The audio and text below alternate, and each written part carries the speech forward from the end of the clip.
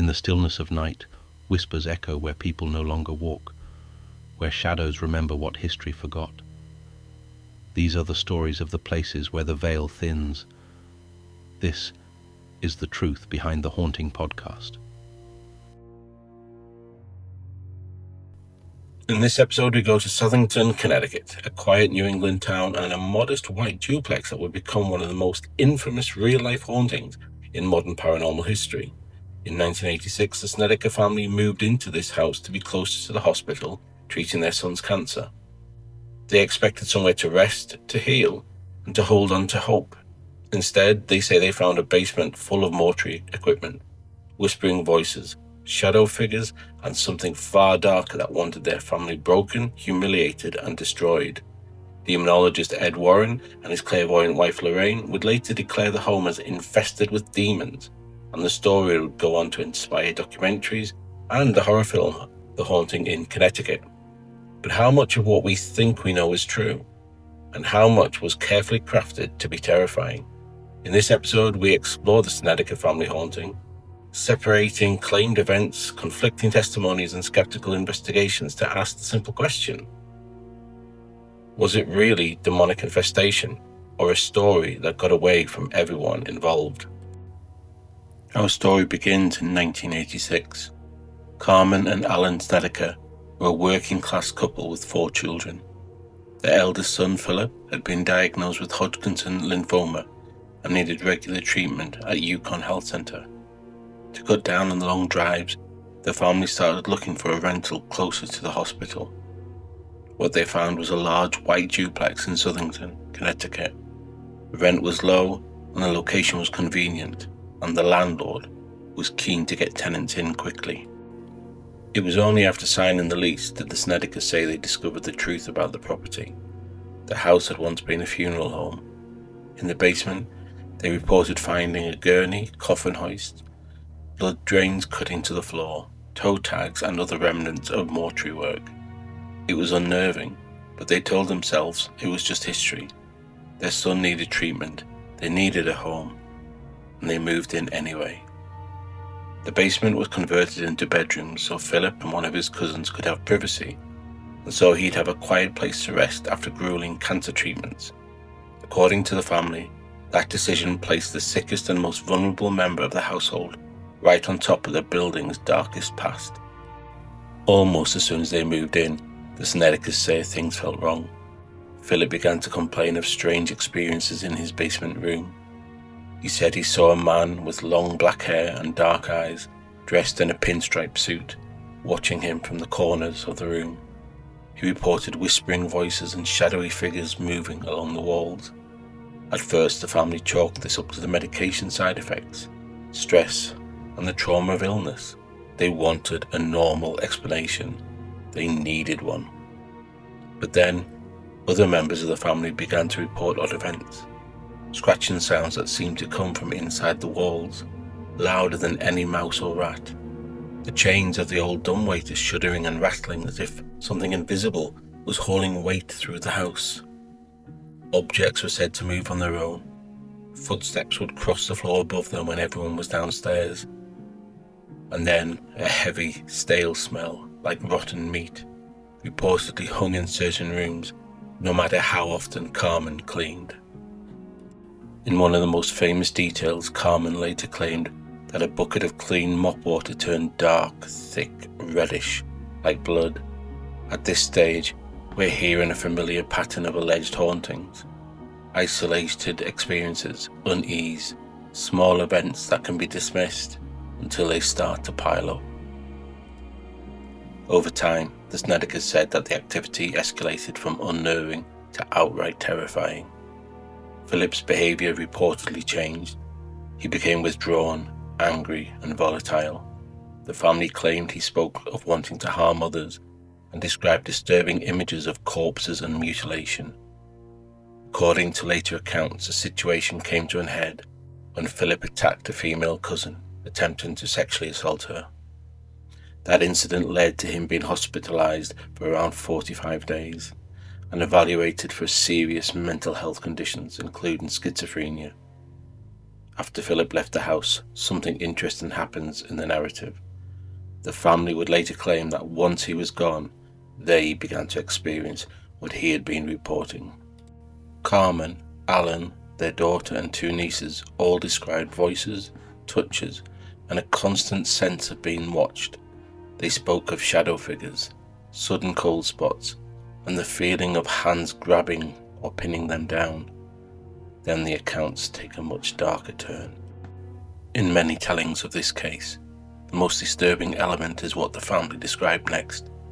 Carmen, one of her nieces, and Alan himself would later allege that unseen forces sexually assaulted them, groping, restraining, and in some accounts violently attacking them, while a disembodied, mocking laughter filled the room. These are extremely serious claims. There are no independent witnesses, no medical documentation made public, and of course, no physical suspect to identify. We only have the testimonies given, often years later, and sometimes in the context of book deals and television appearances. As fear grew, family relationships reportedly began to break down. Arguments intensified. The atmosphere in the home was described as heavy and oppressive.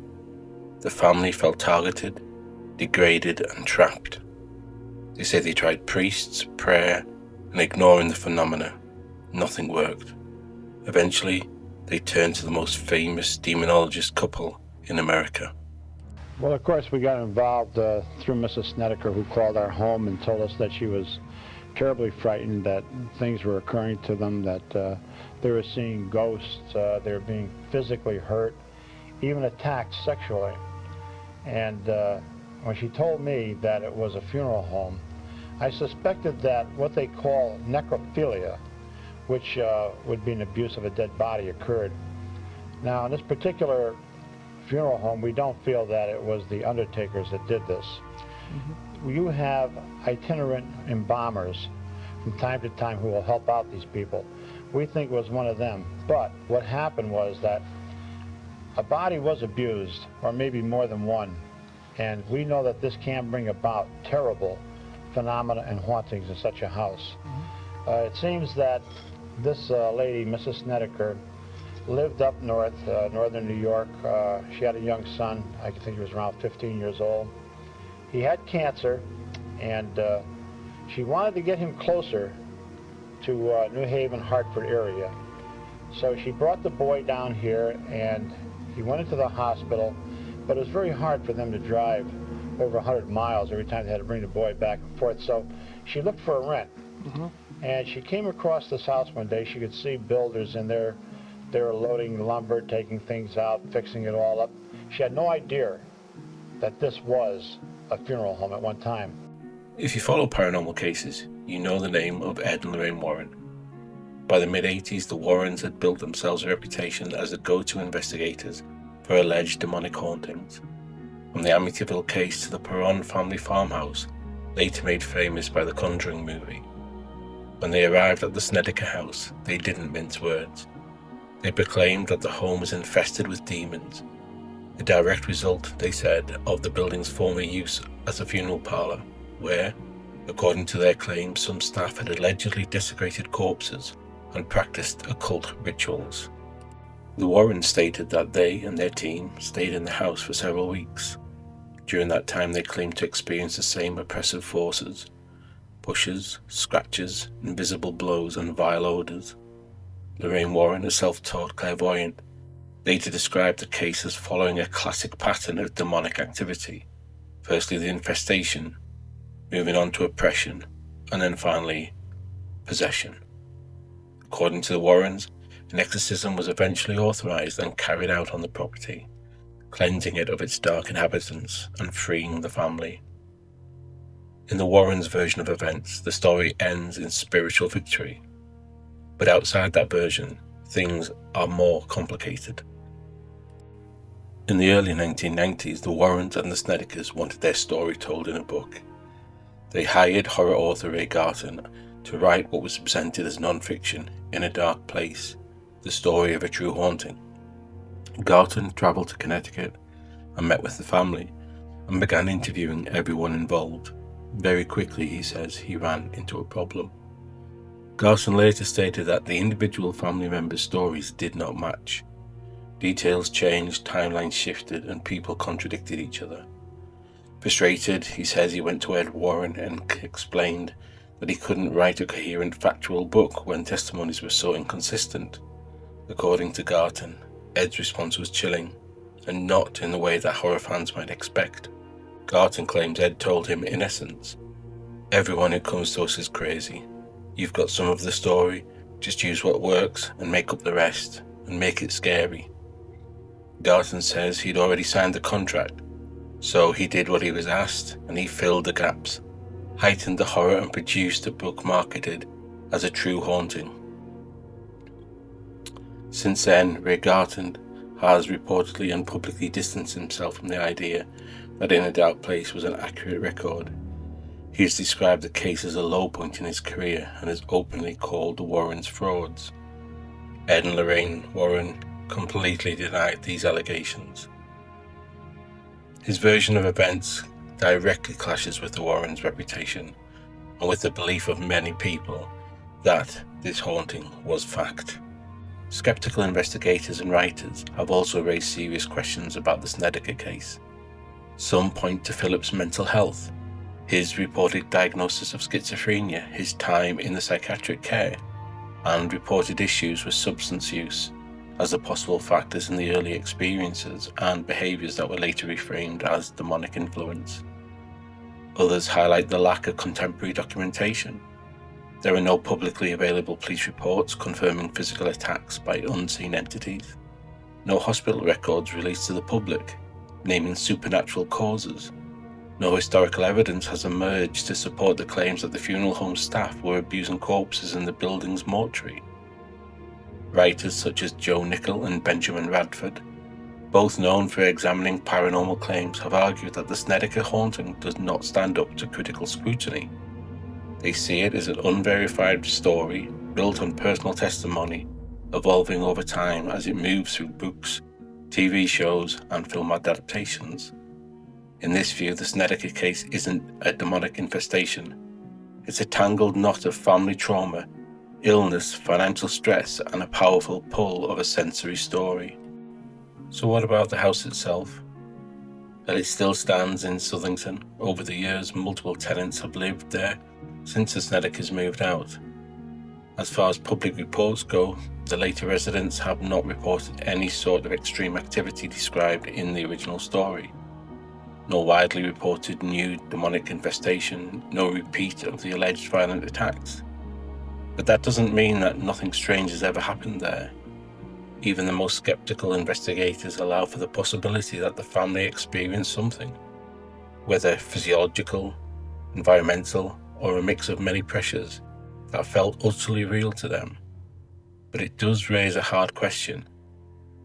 If a house is truly infested with demons, why does the activity seem to stop when the cameras and book deals move on?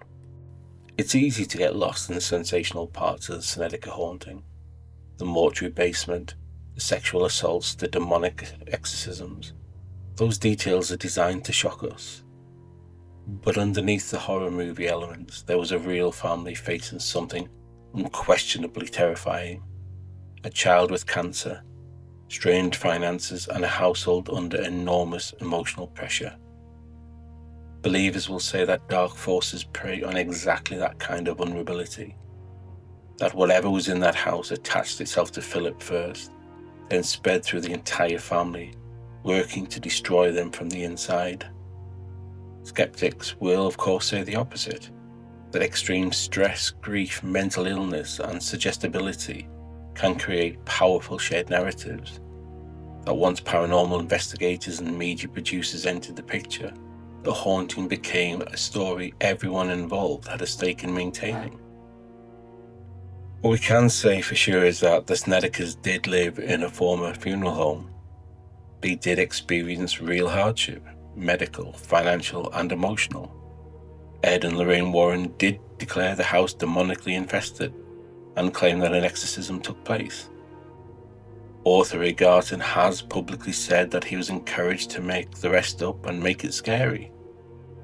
and films and TV shows have since turned this case into a piece of horror history, whether or not the original haunting happened in the way we were told. So, was the Snedeker home in Southington, Connecticut truly overrun by demonic entities? Or was it a perfect storm of a haunted location, a struggling family, controversial investigators, and an eager media machine ready to turn fear into profit? As always, the truth probably sits somewhere in an uneasy space between the belief and the doubt. What matters most is the impact these stories have on the people who lived them, and on the rest of us who watch from a distance, wondering how we'd cope if the things in the dark ever stepped out of the shadows. If you found this dive into the Snedeker family haunting insightful, please like the video, subscribe, and share it with someone who really loves the real-world paranormal stories. Let me know in the comments, do you think the Snedeker case was genuine demonic infestation, or a haunting built on hindsight?